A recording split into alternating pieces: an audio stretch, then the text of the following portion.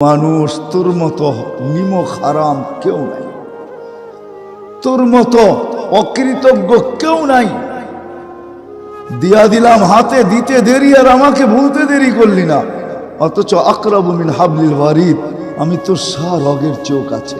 আনা মাকুম আইনা মা কুনতুম, সব সময় আমি তোর সাথে থাকি, আমি তোর সাথে। আযকুরুকা ওয়ালাউ তানসানি, 24 ঘন্টা তোকে আমি সুরক্ষিত করি। আস্তুরুকা ওয়ালাউ তাকশানি, 24 ঘন্টা তোর ভুল ত্রুটিকে আমি লুকাইতে থাকি, কাউকে জানতে দিই।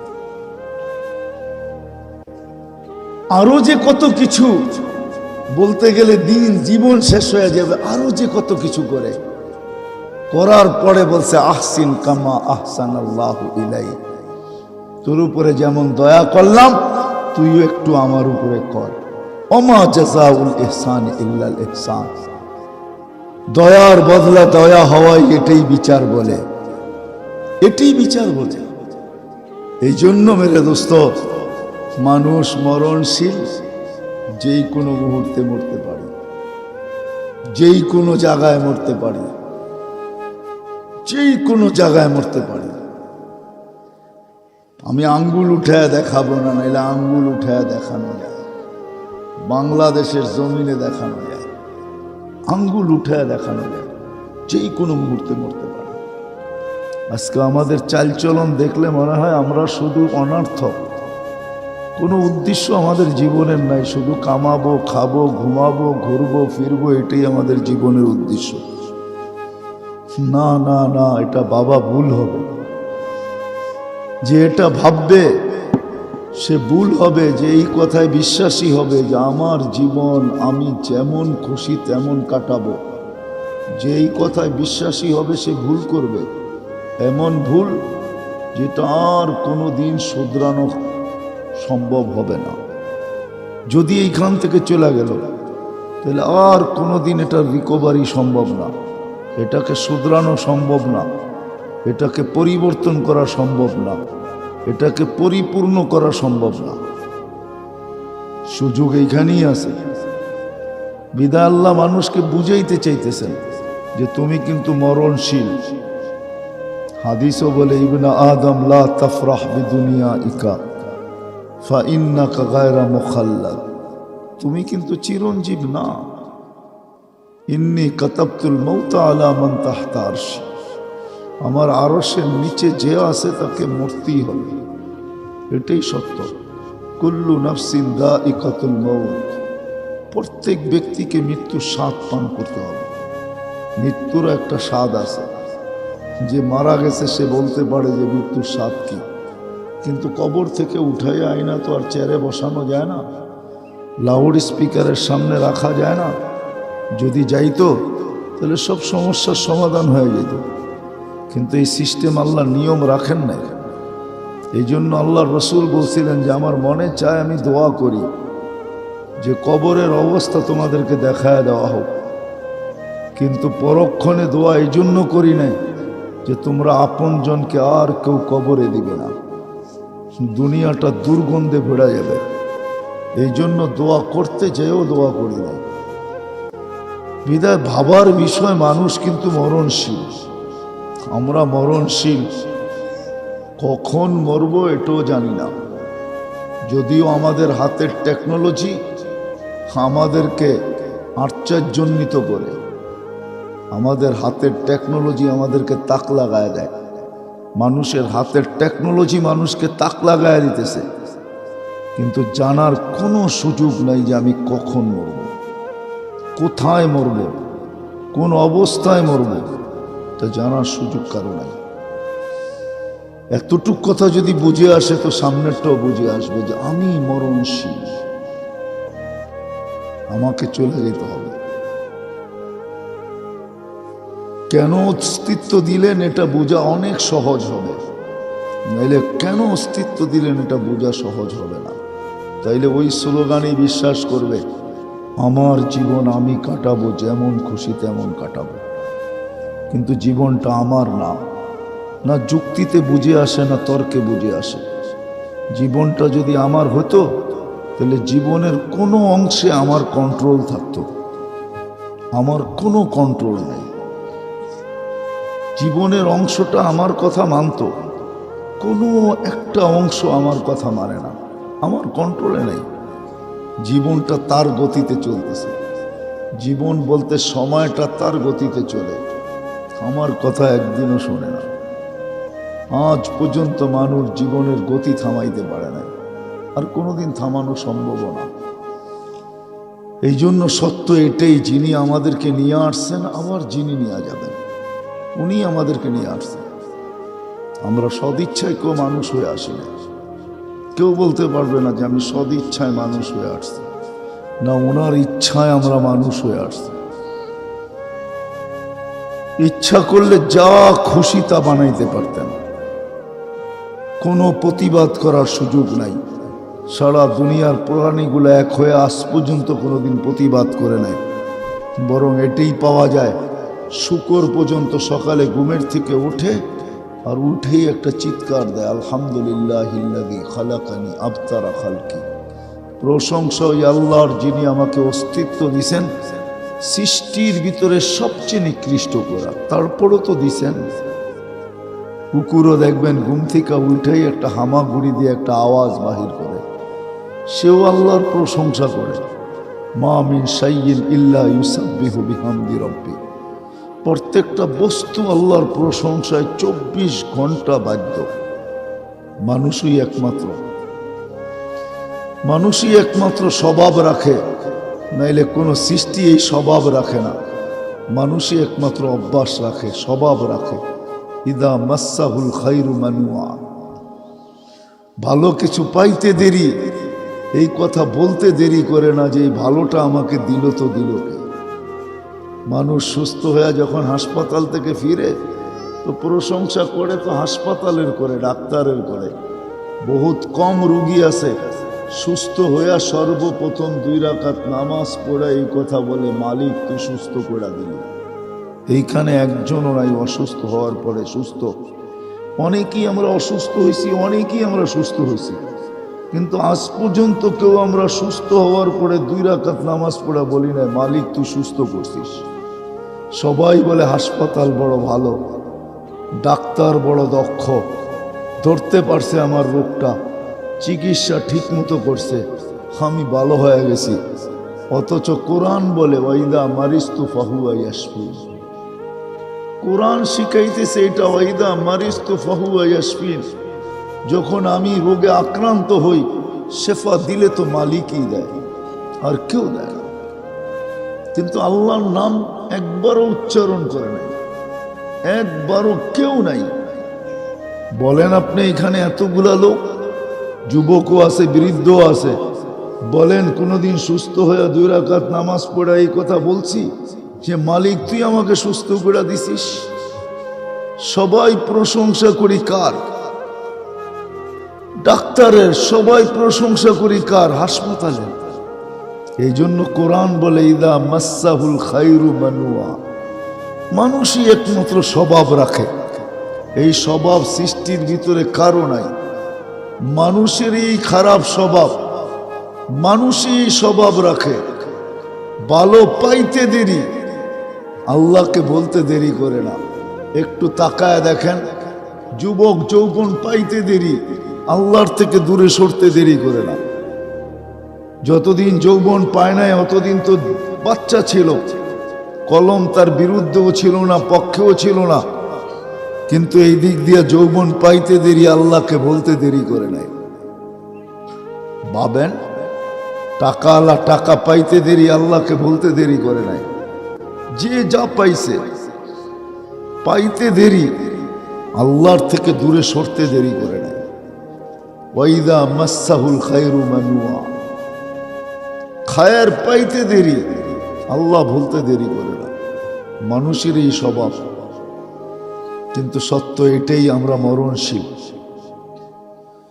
যেই কোনো মুহূর্তে মরতে পারি, যেই কোনো জায়গার থেকে যাইতে পারি। এমন না আপনি উন্নত ফ্ল্যাটে বসে আছেন মৌত হবে না, এমন না।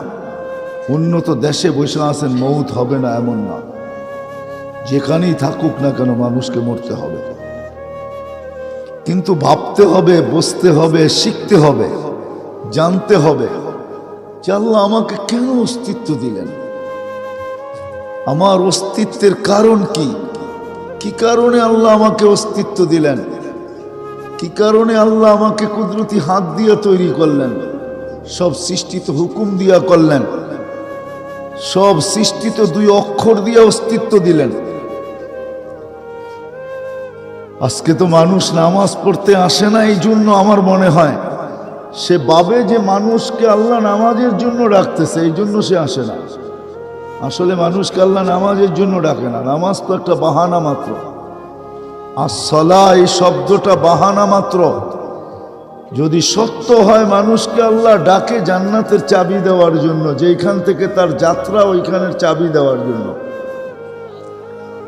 মনে হয় বুঝাইতে পারি নাই, আমাদের যাত্রা জান্নাত থেকে, আমাদের গন্তব্যও কিন্তু জান্নাত, আমাদের যাত্রাও জান্নাত থেকে, গন্তব্যও জান্নাত।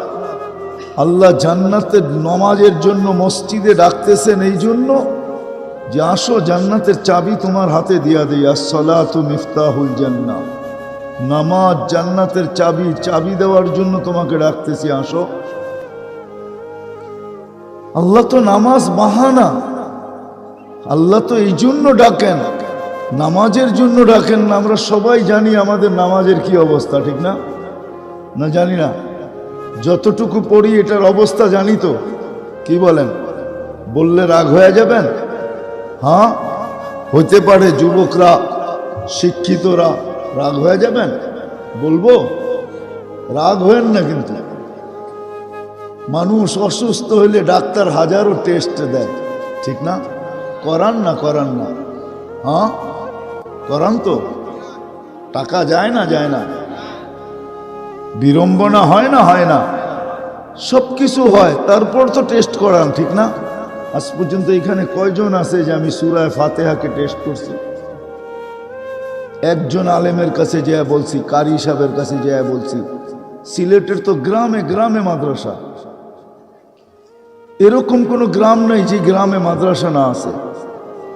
মক্তব আছে, হেফজোখানা আছে, মাদ্রাসা আছে, কদমে কদমে উলামা একরাম আছে। কয়জন আছে আমরা যে বিনা পয়সায় সূরা ফাতিহা টেস্ট করছি? মনে হয় আমার কথা বোঝেন না। আলেমকে যে বলছেন হুজুর, নাইলে মক্তবের একটা ছেলেকেই বলতেন যে একটু আমার সূরা ফাতিহাটা টেস্ট করে দাও, আমি পড়ি, তুমি দেখো শুদ্ধ কিনা। সূরা ইখলাসটা টেস্ট করতেন যে কুল হু আল্লাহ আমি টেস্ট করতে আসছি, আমি পড়বো, তুমি দেখবা এটা শুদ্ধ কিনা। অথচ কুল হু আল্লাহ যখন নাজিল হয়, হায় হায় হায় হায়, কুল হু আল্লাহ যখন নাজিল হয়, নাজিল, আল্লাহ রসুল পড়তেছিলেন, গ্রাম্য সাহাবী নাচতেছিলেন আর চিৎকার দিতেছিলেন। সে বলতেছিল রব্বুনা, সে বলতেছিল নেমার রব রব্বুনা, আমাদের রবের চেয়ে উত্তম কোন রব নাই। ইয়াখুয কালিল ওয়া ইউতিল জাজিল, একবার পড়তে দেরি 10 পারা কোরআন পড়ার সওয়াব দিতে দেরি করেন না। কোরআন কয় পারা? 30 পারা। একবার পড়তে দেরি, 10 পারার সওয়াব দিতে দেরি করেন না। তো চিৎকার দিতেছিল আর বলতেছিল নেমার রব রব্বুনা, আমাদের রবের চেয়ে উত্তম কোন রব নাই। ইয়াখুয কালিল, কুল হু আল্লাহ পড়তে কতক্ষণ লাগে? কুল হু আল্লাহু আহাদ আল্লাহুস সামাদ লাম ইয়ালিদ ওয়া লাম ইউলাদ ওয়া লাম ইয়াকুল লাহু কুফুয়ান আহাদ। হয়ে গেল 1 মিনিট। আমার মনে হয় ওই গ্রাম্যই বুঝছিল কুল হু আল্লাহ, আমরা বুঝি না। আমরা যদি বসতাম তাহলে সারাদিন পড়তে থাকতাম। আমরা যদি বসতাম, ওই গ্রাম্য বুঝছিল, এই জন্যই তো চিৎকার দিতেছে নেমার রব রব্বুনা, আমাদের রবের চেয়ে বড় কোনো রব নাই, উত্তম নাই, আমাদের রবই রব। ইয়াখুয কালিল ওয়া ইউতিল জাজিল, সামান্য একবার পড়তে দেরি 10 পারা কোরআন পড়ার সওয়াব দিতে দেরি করেন না। 2 বার পড়লে, 3 বার পড়লে, হায় হায় হায়, আজ পর্যন্ত আমি চেক করিনি। রাগ হয়ে গেলেন? রাগ হয় না, পায়ে হাত রাখে। উচিত ছিল, আমরা তো শিক্ষিত মানুষগুলাকে দেখলে ভাবতে বাধ্য হই, সুশীল সমাজকে দেখলে ভাবতে বাধ্য হই, বড় ব্যথা লাগে দিলে। এই লোকগুলা এত শিক্ষিত, এই লোকগুলা এত সুশীল, এই লোকগুলা সমাজের এত বড় মাথা, ও আজ পর্যন্ত সূরা ফাতিহাকে টেস্ট করলো না, সূরা ইখলাসকে করলো না, আজ পর্যন্ত দুরূদ শরীফকে টেস্ট করলো না যে আমার দুরূদ শরীফ ঠিক কিনা। অথচ দুরূদ, হায় হায় হায়, দুরূদ একবার পড়তে দেরি। আজকে আমাদের জীবনটা রহমত শূন্য, এই জন্যই আমাদের জীবনে রহমত নাই। রহমত যদি থাকতো তাহলে আমাদের সমাজের জীবনগুলো এমন হতো না। কারো জীবন জিজ্ঞাসা করবেন, কারো জীবনে পূর্ণতা নাই, সব শূন্যতা। যুবক যৌবন নিয়ে শূন্য, সুস্থ ব্যক্তি সুস্থতা নিয়ে শূন্য।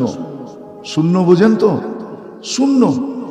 অথচ আল্লাহ রসুল বলতেছে সুস্থতার চেয়ে বড় কোনো নেয়ামত নাই, কিন্তু সুস্থতা নিয়েও শূন্য, যৌবন যৌবন নিয়ে শূন্য, মা বাবা সন্তান নিয়ে শূন্য, স্বামী স্ত্রী নিয়ে শূন্য, স্ত্রী স্বামী পাওয়ার পরেও শূন্য, টাকাওয়ালা টাকার পাওয়ার পরেও শূন্য।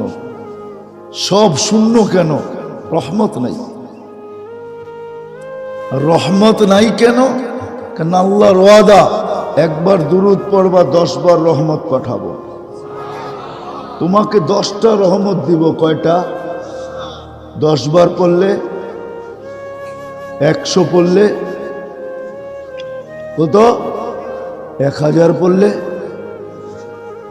মুসলমানের তো উচিত ছিল রহমত এক্সপোর্ট করা, যে বৈশা বৈশা রহমত এক্সপোর্ট করবে, দুনিয়াকে বলবে কার রহমত দরকার আমাদের এখানে পাঠা, আমরা কন্টেনার বুড়া বুড়া রহমত পাঠাবো। কেননা ডেলি আমাদের কাছে এত আসে যে ব্যবহার করে শেষ করতে পারি না, বাকি জমা থাইকা যায়, তোদের লাগলে আমরা দিব। পাঠা রহমত কত লাগবে বল? মুসলমান তো রহমত এক্সপোর্ট করবে। কাফের মুশরিক দুনিয়াদাররা ওরা বস্তু এক্সপোর্ট করবে, মুসলমান রহমত এক্সপোর্ট করবে। যদিও মসজিদে যে দোয়া পড়ি, আল্লাহুম্মা আফতাহ লি আবওয়াব রাহমাতিক, আল্লাহ রহমতের দরজা খুলে দেন, কিন্তু জানি না রহমত দরজা তো খুললো, রহমত কোত্থেকে আসবে এটাই তো জানি না। তো যেটা বলতেছিলাম, আজ পর্যন্ত তো টেস্ট করাইলাম না, একজনই মজলিসে পাওয়া যাবে না যে সূরা ফাতিহা টেস্ট করছে। তাবলীগেও যদি যায়, ওই জামাতে তো আলেম থাকে না, কারি থাকে না, নিজেরাই পড়ে। যে একটু ভালো পড়ে সে সবাইগুলা বলে দেয়, হ ঠিক আছে ঠিক আছে ঠিক আছে, কিন্তু যে ভালো পারে ও টেস্ট করায় না যে ওরটা ভালো হইলো কিনা, ঠিক হইলো কিনা। রাগ হয়ে যায় না? কিন্তু এই জন্য যেটা বুঝাইতেছিলাম, মানুষ মরণশীল, যেই কোনো মুহূর্তে যেতে পারে, যেই কোনো জায়গার থেকে যেতে পারে, যেই কোনো অবস্থার থেকে যেতে পারে। এই জন্য বোঝা উচিত আমার অস্তিত্বটা কেন, এটা বোঝা উচিত, শিখা উচিত, জানা উচিত। এটার জন্যই আল্লাহ আমাদেরকে বিবেক দিছেন, এটার জন্যই আল্লাহ আমাদেরকে বুদ্ধি দিছেন, এটার জন্যই আল্লাহ আমাদেরকে চিন্তা ক্ষমতা দিছেন, এটার জন্যই আল্লাহ আমাদেরকে সব কিছু দিছেন। এত দিছেন দিয়া নবীর মাধ্যমে জানায়া দিছেন, আন্নাস মাআদিন, আপনার উম্মতকে আমি ভান্ডার বানায় পাঠাইলাম। আন্নাস মাআদিন, ভান্ডার, ভান্ডার, যুবকের যৌবন ভান্ডার, যদি সে সঠিক ব্যয় করতে পারে। যুবকের যৌবন ভান্ডার, ভান্ডার বোঝেন তো? খনি, যদি সে সঠিক ব্যয় করতে পারে।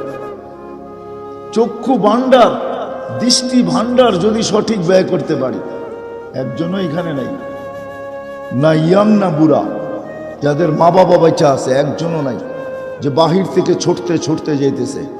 একজন জিজ্ঞেস করে এত তাড়াহুড়া কেন? কয় বুঝবি না। কয় মানি?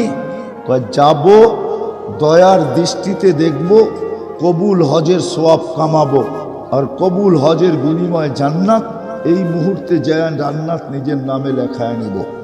একজনও এইখানে নাই যে এই নিয়তে বাহির থেকে যাইতেছে যে মা বাবাকে সদয় দৃষ্টিতে দেখব আর কবুল হজের সোয়াব কামাবো। বলেন আজ পর্যন্ত কোনো এই নিয়তে যে মা বাবাকে দেখছেন? একজন হাত উঠান, একজনও নাই। ভান্ডার, যুবকের যৌবন ভান্ডার, যদি সে সঠিক ব্যয় করতে জানে তাইলে সে জমিনে হাঁটবে আর এই হাদিস সত্যায়িত হবে। ইন্নাল্লাহা ইউবাহিল মালাইকা বিশ-শাবিস সালেহ। নেক যুবককে দেখা আল্লাহ ফেরেশতাদের উপরে গর্ব করেন। আল্লাহ দেখবে আর ফেরেশতাদের উপরে গর্ব করবে। দেখ যুবক, ভালো মতে দেখ। যৌবন ভান্ডার, নারীর নারীত্ব ভান্ডার, পুরুষের পুরুষত্ব ভান্ডার, ধনালার ধন ভান্ডার, সম্পত্তিওয়ালার সম্পত্তি ভান্ডার। হয় কেমন ভান্ডার এই হায়াত! এক মুহূর্ত যদি থাকে, হাদিস যদি সত্য হয়, হাদিস অবশ্যই সত্য, ইন্নাল্লাহা ইয়াকবিলু তাওবাতা আবদি হাত্তা ইউগারগির। জীবনের মুহূর্তগুলা কত বড় ভান্ডার! কণ্ঠনালীতে রু আসার পূর্ব মুহূর্তেও যদি হাত তুলা বলে আল্লাহ মাফ করে দেন, তো আল্লাহ ওয়াদা করতেছে মাফ করবো, আলা উবালি, তুই কত করছিস সেটার কোনো তাকাই দেখবি না। ভান্ডার। তো আমরা মরণশীল, এটাই সত্য। কোথায় মরব, কখন মরব, কোন অবস্থায় মরব, কারো জানা নেই। কখনো সন্তানও মার কোলে জান দেয়, দেয় না? কখনো সন্তানও মার কোলে জান দেয়। মার কোলের চেয়ে নিরাপদ জায়গা দুনিয়া আছে তো আছে কোথায়? বহুত মাপ সিলেটও পাওয়া যাবে যে সন্তানকে কোলের ভিতরে দেখছে, জান দিয়া দিছে, মারা গেছে। বহুত মা বাবাও সন্তানের কোলে জান দেয়। বাবাকে শোয়ায় রাখছে কোলের ভিতরে, মাথা রাখছে কোলের ভিতরে, দেখতে দেখতে দেখছে বাবা চলে গেছে। সন্তানের চেয়ে মা বাবার, সন্তানের কোলের চেয়ে মা বাবার নিরাপদ স্থান আমাকে দেখা। সত্য এটাই। কে কোথায় যাবে, কখন যাবে, কোন জায়গার থেকে যাবে, কোন অবস্থায় যাবে, কারো জানা নাই। মরণশীল আমরা, বিদায় জানা উচিত, জানা উচিত, শিখা উচিত। আমার অস্তিত্ব কেন, কেন আল্লাহ আমাকে অস্তিত্ব দিলেন? এত সুন্দর করে দুনিয়াটাকে সাজায় আমাকে কেন পাঠাইলেন? অনার্থক? কোরআন চিৎকার দেয়, আফা হাসিবতুম আন্নামা খালাকনাকুম আবাস। তোমাদের ধারণা তোমরা অনার্থক?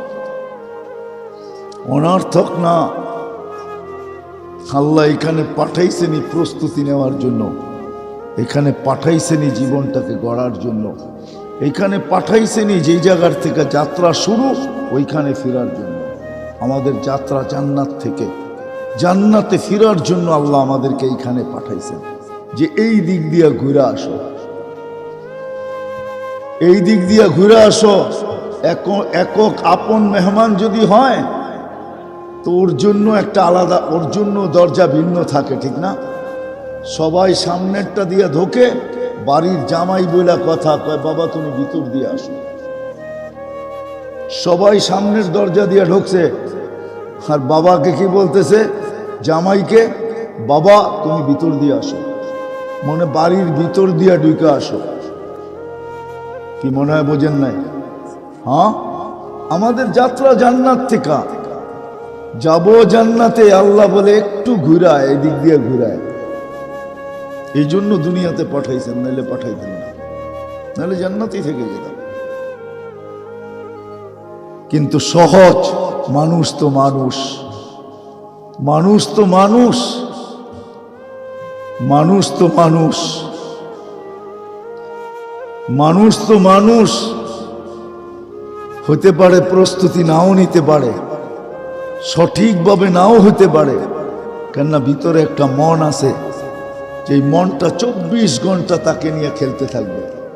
বাচ্চা যেরকম খেলনা পাইলে সারাদিন খেলে, বাচ্চা যেরকম ফুটবল পাইলে সারাদিন লাথি মারতে থাকে, আমাদের মনটাও কিন্তু এরকম। কোরআন বলে ইন্নান নাফসা লাআম্মারা, মন সারাদিন তোমাকে নিয়ে খেলবে।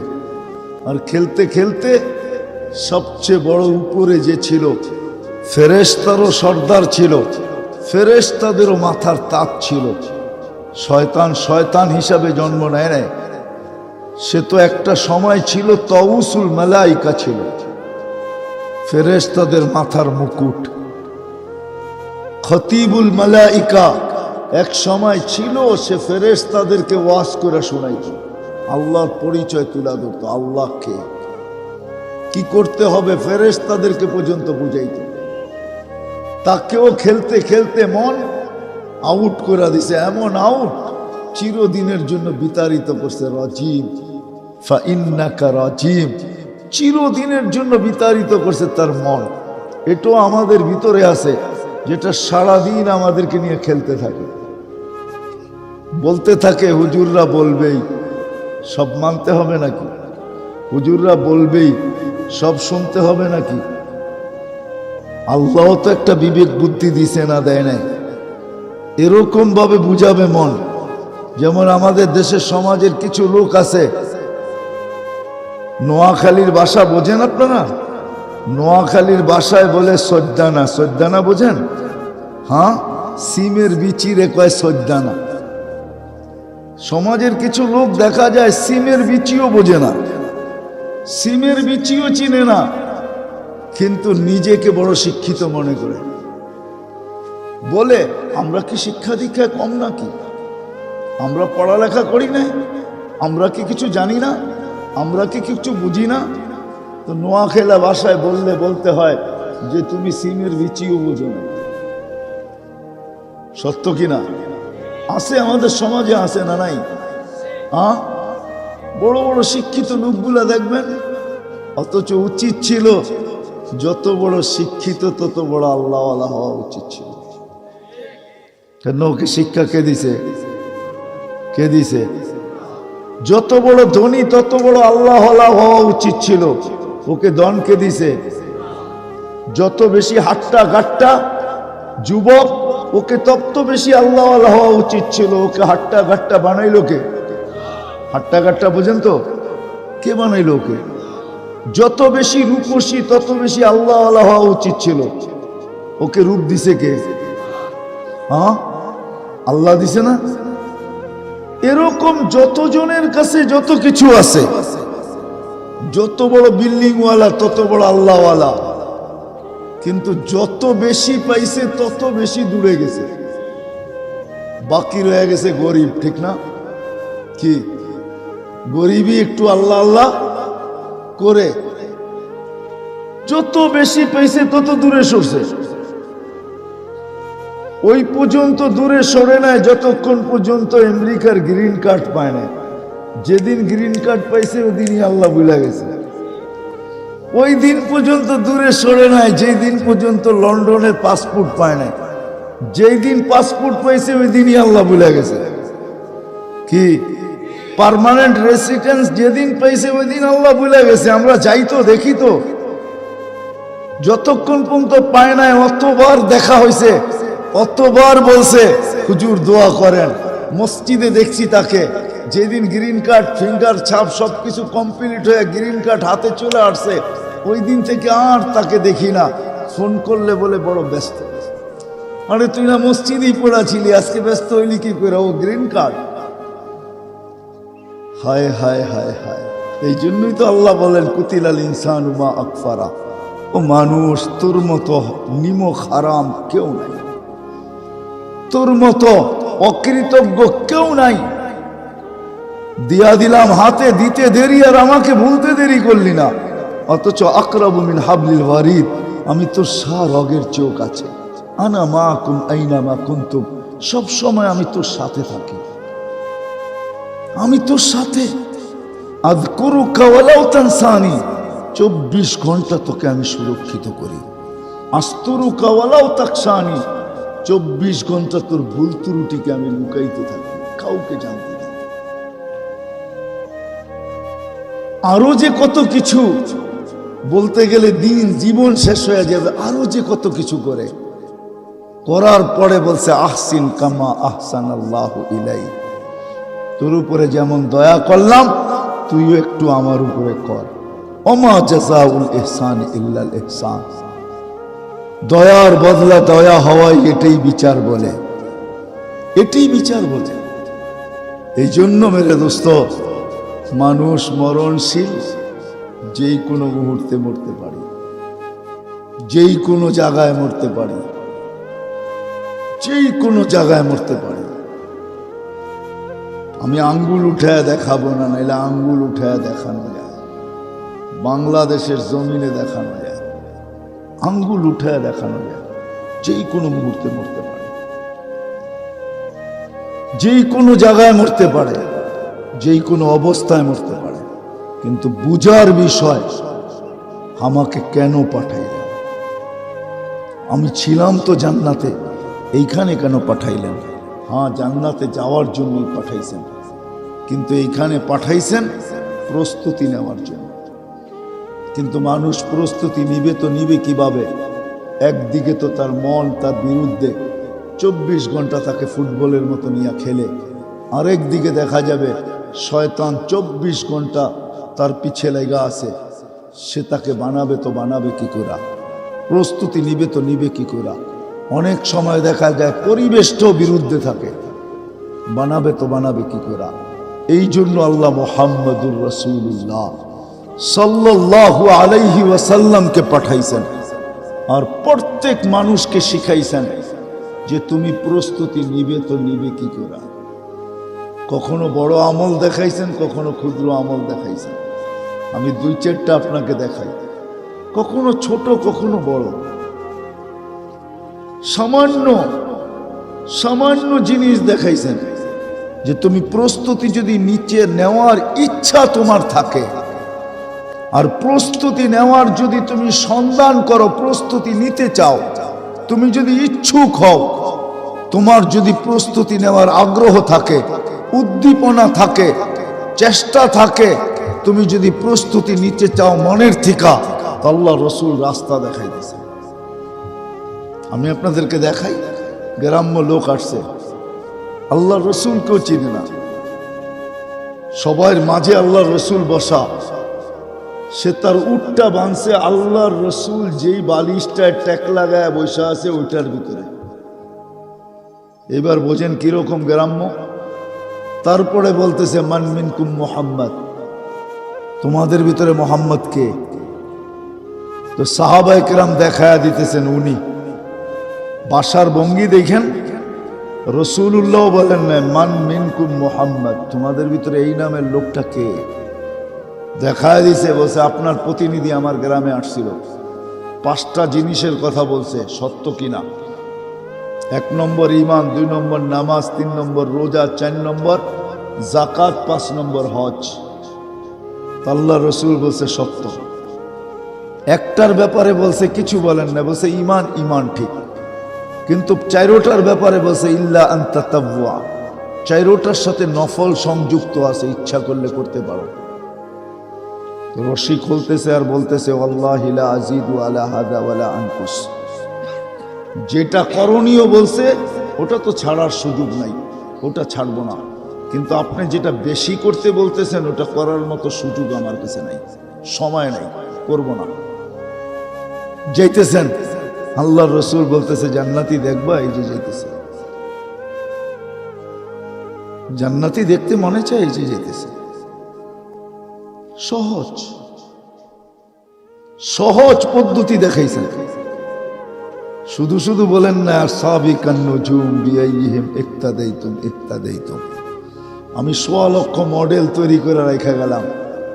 আমি জানি তোমরা সবাই একমতের হবে না, আমি জানি তোমাদের সবার ভিতরে এক ধরনের স্পৃহা হবে না, আমি জানি তোমাদের সবার ভিতরে এক ধরনের শক্তি হবে না, বিদায় ১৬ লক্ষ মডেল রেখা যেতেছি, যার যাকে পছন্দ হয়, যে যার মতো করতে পারো, করতে দেরি, হেদায়েতের মালা পড়তে দেরি করবে না।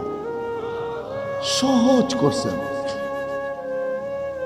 সহজ পদ্ধতি দেখাইছেন মুহাম্মাদুর রাসূলুল্লাহ সাল্লাল্লাহু আলাইহি ওয়াসাল্লাম। উনি আসছেনই আমাদেরকে সঙ্গে জান্নাতে নিয়ে যাওয়ার জন্য। এই জন্যই পদ্ধতি দেখাইছেন, এই জন্যই পদ্ধতি দেখাইছেন। আর কিয়ামতের সকাল পর্যন্ত এই পদ্ধতি চলবে, আর কোনো পদ্ধতি চেঞ্জ হবে না। এটাও আল্লাহ বলে দিয়েছেন, খাতামান নবিয়্যিন, আপনি নবুয়তের ঘরের তালা, এই ঘর আর কোনোদিন খোলা হবে না, আর কাউরে বাহির করা হবে না। তালা মেরা দিলাম আপনাকে দিয়া, আপনি নবুয়তের গলার তালা, আর কোনোদিন এই পদ্ধতি কিয়ামতের সকাল পর্যন্ত চলবে। কিন্তু মানুষ তো আসতে থাকবে, যাইতে থাকবে। এই জন্যই আল্লাহ সিস্টেম করছেন, ওয়া আওরাসনাল কিতাবাল্লাযীনা ইসতাফাইনা মিন ইবাদিনা। আর রাসূল সাল্লাল্লাহু আলাইহি ওয়াসাল্লামও বলতেছেন, আল উলামা ওয়ারাসাতুল আম্বিয়া। আল্লাহ কিছু লোককে সব সময় নির্বাচিত করছেন, করতেছেন, করতে থাকবেন, যাদেরকে হক্কানি আলেম বলে। আল্লাহ এদেরকে নির্বাচিত করবেন প্রত্যেক সময়, প্রত্যেক যুগে, প্রত্যেক মার কোল থেকে নির্বাচিত করবেন। এদেরকে আল্লাহ শিক্ষা দিবেন নির্বাচিত করার মাধ্যমে, রসুলের সত্যায়িত করার মাধ্যমে। যারা আমার উত্তরসূরি, এরা মানুষের দুয়ার পর্যন্ত এই জিনিসকে পৌঁছাইতে থাকবে। এদের দায়িত্বই এটা, এরা মানুষের দুয়ার পর্যন্ত এটা পৌঁছাইতে থাকবে। কারখানাও নিজেরাই খুলবে, আবার মাল নিজেরাই সাপ্লাই দিবে। কারখানা হলো মাদ্রাসাগুলা, সাপ্লাই হলো এর ভিতর থেকে হাফেজ, এর ভিতর থেকে কারি, এর ভিতর থেকে আলেম, এর ভিতর থেকে মুফতি, এর ভিতর থেকে মুহাদ্দিস, এর ভিতর থেকে মুফাসসির, এর ভিতর থেকে খতিব, এর ভিতর থেকে এটা সেটা। এরা দায়িত্ব নিবে আর গ্রামে গঞ্জে ঘুরবে। দুনিয়ার কোন এরকম জায়গা নাই যেখানে আলেম না আছে। হ্যাঁ, কাছাকাছি হইতে পারে, আবার দূরেও হইতে পারে, কিন্তু আছে বটে। আমি দুনিয়া ঘুরা দেখছি, নরওয়ের পরে দেখছি বরফ আর বরফ, ওইখানেও মানুষের বাস, ওইখানেও যে দেখতেছি আলেম বসে আছে। আমি জিজ্ঞাসা করছি, তুমি কেন আসলা? সবাই আসলো, বুঝলাম, তুমি কেন? হাসতে হাসতে বলতেছে, আপনি মনে হয় ভুলে গেছেন, আল্লাহই তো দায়িত্ব দিয়ে এখানে পাঠাইছেন, এলে আসতাম তো আসতাম কেন? রাসূলুল্লাহ সাল্লাল্লাহু আলাইহি ওয়াসাল্লাম এই জন্য আসছেন, যেন আমি আমার জীবনের উদ্দেশ্য বুঝি আর সহজে প্রস্তুতি নিতে পারি। গরিব যেন গরিবের ভিতরে থাকা, গরিব যেন দারিদ্রতার ভিতরে থাকা প্রস্তুতি নিতে পারে। এই জন্য গরিবকে শিখাইছেন, তুমি দারিদ্রতার ভিতরে থাকা কিরকম প্রস্তুতি নিতে পারবে। বলছে, এমন প্রস্তুতি যে আমি তোমার সাথে উঠার আকাঙ্ক্ষা রাখি। আল্লাহর রসুল গরিবের সাথে উঠার আকাঙ্ক্ষা রাখে। গরিব তো ভাবে, আল্লাহ আমাকে কি দিছে, আমি আল্লাহর জন্য কিছু করব। গরিব তো এটা বলে, আল্লাহ আমাকে কি দিছে, ঠিক না? আমি কেন আল্লাহ আল্লাহ করবো, ঠিক না? হ্যাঁ, ওকে যদি বলা হয় রিক্সাওয়ালা গরিব, আমাদের সমাজের গরিব কি বলে, আল্লাহ আমাকে কি দিছে, আমি আল্লাহ আল্লাহ করবো, ঠিক না? হ্যাঁ, ওকে যদি বলি তোর অস্তিত্বটা কে দিছে, এই রিক্সা চালানোর শক্তিটাকে দিছে। সারাদিন ক্লান্ত হয়ে বাড়িতে যখন ফিরস, তো রাত্রে ঘুমের ভিতরে ক্লান্তিটা কে দূর করে? একটু ভাবেন। জানি না এখানে কেউ অটো উটো চালান কিনা, সিলেটের মানুষ নাও তো চালাইতে পারেন, কিন্তু সবই তো আমেরিকান আর লন্ডনের, ঠিক না? হ্যাঁ, আপনারা কি অটো চালাবেন? যে সারাদিন অটো চালায় বিকালে বাড়িতে ফিরে, ও কতটুক ক্লান্ত ফিরে? যে সারাদিন পরের জমিনে কাজ করে বাড়িতে ফিরে, কতটুক ক্লান্ত ফিরে? যে মাটি কেটে বাড়িতে ফিরে, ও কতটুক ক্লান্ত ফিরে? বলেন। যদি ঘুমের মাধ্যমে আল্লাহ ওর ক্লান্তিকে দূর না করে জমা রাখা দেয়, পাওয়ার ব্যাংকের মতো। আমাদের পাওয়ার ব্যাংক আছে না যুবক, চিনো পাওয়ার ব্যাংক? হ্যাঁ, পাওয়ার ব্যাংকের মতো যদি জমা থাকে, 5 দিন যদি জমা রাখে, এখানে প্রবাসী হবে অনেক। আছে না প্রবাসী? বলেন, প্রবাস জীবনে যে কষ্টটা করে রাত্রে ফিরা হয় পরিশ্রম করা, ওটা যদি পাওয়ার ব্যাংকের মতো জমা রয়ে গেল, থাকিয়া গেল, পরের দিন সকালে এটা দূর না হইল, এরকম যদি 5 দিন জমা থাকলো পাওয়ার ব্যাংকের মতো, বলেন 6 দিনের দিন আপনি যাবেন কোথায়? কোথায়? কাজে? কোথায়? দেখা যাবে 6 দিনের পরে আপনি ঢাকা শহরের আমাদের সবচেয়ে প্রসিদ্ধ কবরস্থান আজিমপুর, আপনি আজিমপুরও যেতে পারেন, কিন্তু প্রতিদিন রাত্রে ঘুমের ভিতরে আপনার আমার ক্লান্তি দূর করে কে? আল্লাহ যদি বলতো, সিস্টেম করত যে ক্লান্তি দূর হবে, কিন্তু যেরকম মাথা ব্যথা প্যারাসিটামল খায়া দূর হয়, ক্লান্তি দূর হবে কিন্তু মেডিসিন খাইতে হবে।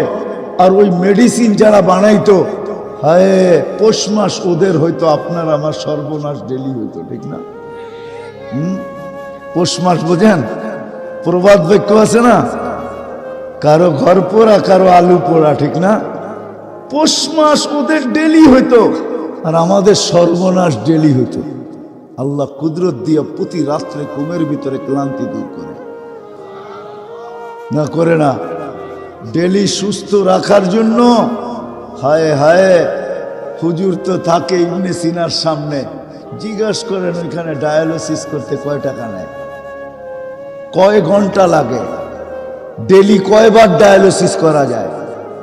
ডেলি একবারও করা যায় না, সপ্তাহে 4 বার করা যায়, উঠবে এর বেশি করা যায় না। কিন্তু আমি তো যুবকদেরকে বুঝাইতেই পারি না যে যুবক, তোমাকে যৌবনের এই সুস্থতা রাখার জন্য ডেলি আল্লাহ কুদরত দিয়া 36 বার ডায়ালিসিস করে। প্রত্যেক নারী পুরুষকে সুস্থ রাখার জন্য ডেলি আমাদের কিডনি কুদরতি ভাবে 36 বার ডায়ালিসিস করেন। একবার যদি আল্লাহ কমায় দেয়, 1 মাস পরেই আপনি হাসপাতালে। ডেলি 36 বার। এই জন্য শিখা উচিত, আমি মরণশীল, যেই কোনো মুহূর্তে মরতে পারি, যেই কোনো জায়গায় মরতে পারি, যেই কোনো অবস্থায় মরতে পারি। এই জন্য শিখা দরকার আমার অস্তিত্ব কেন। এটা শিখানোর জন্যই মুহাম্মদুর রাসূলুল্লাহ সাল্লাল্লাহু আলাইহি ওয়াসাল্লাম আসছেন, শিখো তোমার অস্তিত্ব কেন। তুমি যাবে তো যাবে কোথায়? তোমার যাত্রাও জান্নাত থেকে, তুমি যাবেও জান্নাতে। শুধু একটু দুনিয়াটা ঘুরে তোমাকে যেতে হবে। যেমন অনেক সময় হয় বাইপাস রোড থাকে, এই রোডে কাজ চলতেছে, আরেক রোড খুলে একটু ঘুরে আসতে হইতেছে, আসতেছে নিজের বাড়ি। আল্লাহ বলে জান্নাতেই আসবে, কিন্তু দুনিয়া ঘুরে আসো, প্রস্তুতি নিয়ে আসো। ওই প্রস্তুতি প্রত্যেক ব্যক্তি কিভাবে সহজে নিতে পারে, এই জন্যই আল্লাহ রাসূল শুধু শিখান নাই, শুধু শিখায় দেওয়া যান নাই, কসম খোদার চোখের পানিও ঝরায় গেছে। নিজের সমস্ত জীবনের দোয়া উম্মতের জন্য করে গেছে। বলছেন প্রত্যেক নবীর এক একটা দোয়া থাকে, খাস দোয়া থাকে, প্রত্যেক নবী দুনিয়াতে করে শেষ করে দিছেন। আমাদের নবীজি দুনিয়ায় করেন নাই। জিজ্ঞাসা করছে, আপনি কেন করলেন না? আপনি কেন সবার বিপরীত? আপনি কেন সবার থেকে ভিন্ন? এটা গচ্ছিত রাখছি, কিয়ামতের মাঠে করব। কার জন্য করবেন? উম্মতের জন্য। হাসানের জন্য না, হুসাইনের জন্য না, আলীর জন্য না, ফাতেমার জন্য, নিজের সাহাবীদের জন্য না, আবু বকর, ওমর, ওসমান, আলীর জন্য না, বসে উম্মতের জন্য করব। যিনি শুধু শিখায় যান না, চোখের পানিও জড়ায় গেছে। আমি বললেই বলবেন এক্সেস বলি, আমি তো সারা দিন এগুলা পড়তে থাকি, আর আমি ভাবতে থাকি কি নবী দিল, উম্মত কেন চিনল না? আমরা কেন চিনলাম? আমরা কেন জানলাম না? কেমন নবী আল্লাহ আমাদেরকে দিলেন, কেমন রসুল আল্লাহ আমাদেরকে দিলেন, কেমন হারিসুম বিল মুমিনিন দিলেন, কেমন রউফ দিলেন, কেমন রহিম দিলেন। কেননা নবীর জিন্দেগি না পড়লে বোঝা যাবে না, গভীর পড়তে হবে, সর্বক্ষণ পড়তে হবে যে কেমন নবী আমাদেরকে দিলেন, আমরা কেন চিনলাম না। কোরআন পড়লে বোঝা যায়। আল্লাহ নিজে বলতেছে আপনার উম্মত যত জুলুম করুক না কেন নিজের উপরে, যদি আপনার কাছে আসে, আপনার কাছে যদি আসলো, আস্তাগফারাল্লাহ, আয়েশা আমার কাছে মাফ চাইলো, আমি উম্মতের দিকে দেখব না, আপনার দিকে দেখব আপনি কি করেন। আপনি যদি একটু ইশারা দিতে দেরি, আস্তাগফারা লাহুর রাসূল। কি হুজুররা, কোরআনের আয়াত তো, হ্যাঁ হ্যাঁ, ইদ জালামু আনফুসাহুম, আমি পুরা পড়তেছি না। তারপরে বলতেছে ইন জাউকা, আপনার কাছে যদি আসে, আস্তাগফারাল্লাহ, আল্লাহর কাছে মাপ চাইল, আস্তাগফারা লাহুর রাসূল, আপনি যদি হা বলে দিলেন, শুধু পক্ষে রায় দিলেন, পক্ষে ইশারা করলেন, মুখেও বলতে হবে না, আপনি ইশারা করলেই হলো। আপনি যদি পক্ষে বললেন, ইশারা করলেন, লাওয়াজাদুল্লাহ তাওয়াবার রহিমা, লামে তাকিদ, আল্লাহ বলে অবশ্যই অবশ্যই আমি মাফ করে দেব। কেমন রসুল পেলাম, কেমন রসুল পেলাম। আমি না নিজে বুঝতে পারলাম না, আমার সমাজকে বুঝাইতে পারলাম। বুঝাইতে গেলেই বলে আপনি অতিরঞ্জিত করেন। হায় হায়, মোহাব্বতের তো কোনো ধর্ম থাকে না, ঠিক না? আম্মা জান আয়েশা রাদিয়াল্লাহু তাআলা আনহাকে আল্লাহ রাসূল সবচেয়ে বেশি ভালোবাসতেন আর দোয়া করতেন, লা তাখুযনি ফি হুব্বি আয়েশা, আল্লাহ আয়েশার ভালোবাসার ব্যাপারে আপনি ধরেন না আমাকে। হক তো সবাই সমান দেই, কিন্তু ভালোবাসাটা এর সাথে একটু বেশি। আর কেমন বেশি, দুনিয়ার সর্বশেষ জিনিস যেটা আল্লাহ রসুলের মুখে গেছে, এটা আম্মা জানের মুখের লালা, থুতু। কারণ আম্মা জান মেসওয়াক চাবায়া দিয়েছেন আল্লাহ রসুলকে, থুতু গেছে না যায় না, আল্লাহ রসুল ওটা দিয়ে মেসওয়াক করছেন। আম্মা জানের থুতু আল্লাহ রসুলের দাঁত মুবারকে লাগছে না লাগে না? হ্যাঁ, এটা দুনিয়ার শেষ জিনিস। আম্মা জানের কামরাটাই আল্লাহ রসুল এখনো ঘুমাইতেছে। আল্লাহ রসুল যেন বুঝাইতে চাইতেছে, তুমি দূরে হইলে কি হবে, তোমার কামরাটার ভিতরেই আমি। আম্মা জানের কবর যদিও ওই কমরায় নাই, আম্মা জান নিজের জায়গা দিয়া দিছেন ওমর রাদিয়াল্লাহু তাআলা আনহুকে, কিন্তু আল্লাহ রসুল বুঝাইতেছে, তুমি অন্য জায়গায় শুইলে কি হবে, আমি কিন্তু তোমার কামরাই আছি, আমি কিন্তু তোমার ঘরেই আছি। কেমন মোহাব্বত! আমরা তো রসুল চিনলাম না, যিনি আমাদেরকে শিখায়া গেছেন। প্রত্যেক ব্যক্তিকে তার ক্ষেত্রে শুধু শিখায়া যান নাই, কসম খোদা চোখের পানি ঝরায় গেছে, এখনো জড়াইতেছে।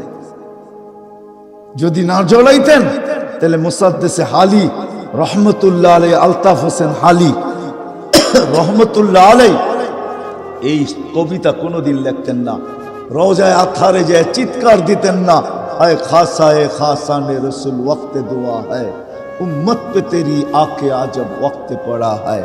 হে আল্লাহর রসুল, উম্মতের যে দুরবস্থা, এইখান থেকে উম্মতকে বাঁচাইতে পারে একমাত্র আপনার কান্না, আপনার দোয়া, এছাড়া উম্মতকে বাঁচানোর কোনো রাস্তা নেই।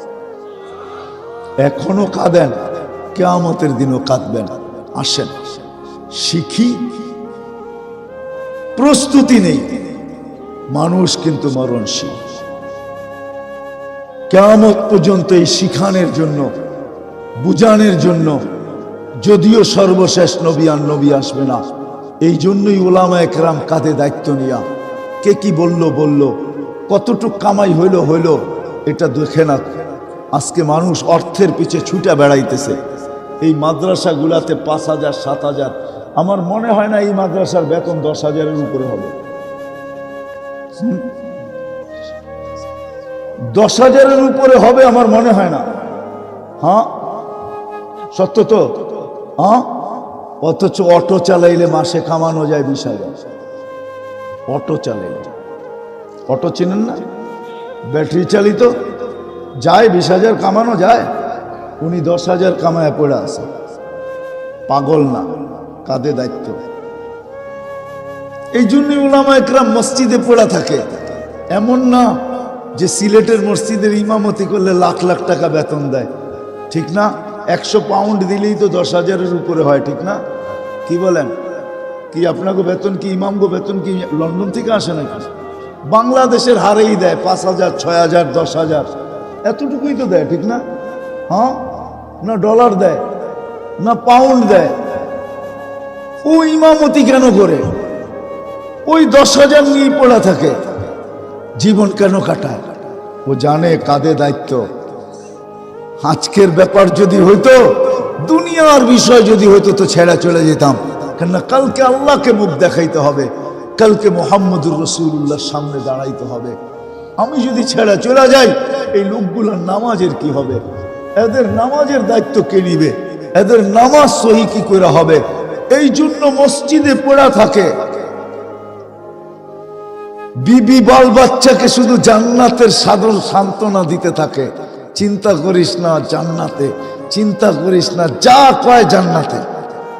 বউ একটা ভালো কাপড়ের কথা বললে বলে জান্নাতে মিলবে, চিন্তা করো না। বাচ্চারা বললে কয় জান্নাতে মিলবে, শুধু জান্নাত দেখায় দেখায় দিন পার করতেছে। আল্লাহ করুক, আল্লাহ এদের মনের আশা জান্নাতে পুরা করুক। হায় হায়, উলামায়ে কেরাম এইভাবে করে, যার কারণে মাদ্রাসাগুলা খোলে, মসজিদে ইমামতি করে। আপনার আমার ছেলেকে, হায় আমরা তো বুঝি না, আমরা মনে করে, আমাদের সমাজ মনে করে এরা আমাদের ছেলেদেরকে অশিক্ষিত বানাইতেছে, এরা আমাদের ছেলেদেরকে দুনিয়ার কিচ্ছু দিতেছে না। আরে কিয়ামতের দিন বুঝবে হাফেজের বাবা যখন 490 কোটি ফেরেশতা আসবে আর ওকে সেলুট করবে, সেলুট, তখন বুঝবে। আজকে বুঝবে না। 490 কোটি ফেরেশতা হাফেজের বাবাকে সেলুট দিবে, সেলুট। শুধু সেলুট দিবে না, পুরস্কারও দিবে। প্রথম সেলুট দিবে, তারপরে পুরস্কার উঠিয়ে দিবে। প্রত্যেকের হাতে পুরস্কার থাকবে। বলবে দুনিয়ার সরকার যদি বাপের পুরস্কার দিতে পারে, পিতা হওয়ার পুরস্কার দিতে পারে, আল্লাহু আহাক্কু বিহা। কেমন পিতা তুই, ছেলে হাফেজ, তোকে পুরস্কার না দেই তো দিব কাকে? হাফেজকে তো দিবেই দিবে, মাকে দিবে। হায় আপনার ছেলে আল্লাহ দেখায়, তারপরও কেন বুঝি না, জানি না। করোনার সময় 2020-এ দেখায় দিছে আল্লাহ, কোটি কোটি টাকার মালিক মারা গেছে। কোটি কোটি না, শত শত না, হাজার কোটি টাকার মালিক মারা গেছে। সন্তান শেষ দেখা পর্যন্ত দেখে নাই, শুধু হাসপাতাল থেকে খবর পাইছে যে তোমার বাপ ডেড, তোমার বাবা চলে গেছে, ইউর ফাদার ইজ গন, তোমার বাবা চলে গেছে দুনিয়ার থেকে। বাস ফোনটা রিসিভ করছে, সংস্থাকে বলছে সৎ কাজ করে আনেন আপনারা, আমরা অনুমতি দিলাম, আমরা আসবো না, দেখবো না, করুণায় মারা গেছে। হায় হায় হায়, দেখায় তো দিল চোখের সামনে। এরকম একটা না, দুইটা না, শত আছে। আর আলেমের বাবা মারা গেছে, এটাও দুনিয়াকে দেখাইছে। সে গোসল দিছে, সে কাফন পড়াইছে, সে জানাজা পড়াইছে, সে কবরে রাখছে। দুনিয়া বলছে করুণা, কয় থোতর করুণা, বাবা বড়, করুণা বড় না। বলছে তুই মারা যাবি, থোতর মারা যাবি, বাবা বড়, আমি বড় না। তারপরে বলছে শুন, আমরা জানি লা ইউসিবানা ইল্লা মা কাতাবাল্লাহু লানা, আল্লাহ চাইলে হবে, নাইলে হবে না। আল্লাহ চাইলে প্রধানমন্ত্রীরও হবে, চাই সে ক্যানাডার হোক, একবার না দুইবার। আল্লাহ চাইলে লন্ডনের প্রধানমন্ত্রীরও হবে, একবার না দুইবার। দুইবার করে হয়েছে দুজন, খবর না? অথচ যারা করুণার লাশ দাফন করছে, আজ পর্যন্ত একজনেরও রিপোর্ট নাই করুণা হয়েছে। বুলেও পজিটিভ আসে না, বুলে টেস্ট করানোর পরে বুলে আসে না, মাঝে মাঝে রিপোর্ট ভুল আসে না, বুলেও পজিটিভ আসে না, সব নেগেটিভ আসে। ইসলাম এটাই শেখায়। এই জন্যই মাদ্রাসাগুলোর প্রয়োজন। এই জন্যই শেষ কথা আমি তো বলি, প্রস্তুতি নিবেন তো ইনশাআল্লাহ, শিখবেন তো, জানবেন তো। প্রস্তুতির সবচেয়ে বড় নিদর্শন যেটা, সেটা হলো 5 ওয়াক্ত নামাজ। এই মজলিসে যারা আছি, যে আসর থেকে আর জীবনে কোনোদিন সদ ইচ্ছায় নামাজ ছাড়বো না। ওয়াদা? ওয়াদা পাক্কা তো? আল্লাহ কিরকম সুযোগ দিছে, তারপরও নামাজ পড়ি না। আমার মনে হয় না কোনো উম্মতের জন্য ইমাম ছিল। আমি পাই না, হুজুররা পাইছে কিনা জানি না। বড় বড় হুজুরদেরকে জিজ্ঞাসা করলে পাওয়া যেতে পারে। কোনো ইমাম ছিল কোনো উম্মতের জন্য? জানা আছে? আমার মনে হয় না। যার যার নামাজ শেষে পড়তো, যার নামাজ শেষে পড়তো। এই উম্মতের জন্য আল্লাহ সুযোগ দিছেন। কয় কিচ্ছু পারি না, ইমামের পিছে দাঁড়ায় যায়। যা ইমাম করে ইফাল কামা ফাল আল ইমাম, ইমাম যেমন করে এরকম কর, তো নামাজ হয়ে যাবে। কেরাত, কেরাতুল ইমামে কেরাতুল লাক, ইমাম পড়বে তোর লেগা কেরাত হয়ে যাবে। তারপরে পড়েন না কেন? পড়বেন তো? শিখবো তো? হ্যাঁ, আলেম ওলামাদের সাথে থাকবো, যত বেশি ঘনিষ্ঠ হইতে পারি। আজকে আমি আপনাদেরকে বুঝাইতে পারবো না, কালকে বুঝাইতে পারবো। কিয়ামতের দিন বুঝবেন এই ঘনিষ্ঠতা কতটুকু লাভে দিল, কাজে দিল। কাজে দিল। সব সময় একরকম থাকে না। জমানা বায়ে খাল রেহতা নেই, এটাই সত্য। কিয়ামতের মাঠেই আলেমদের সম্পর্কই আপনার কাজে লাগবে ইনশাআল্লাহ। এরা সুপারিশ করে পার করে নিয়ে যাবে।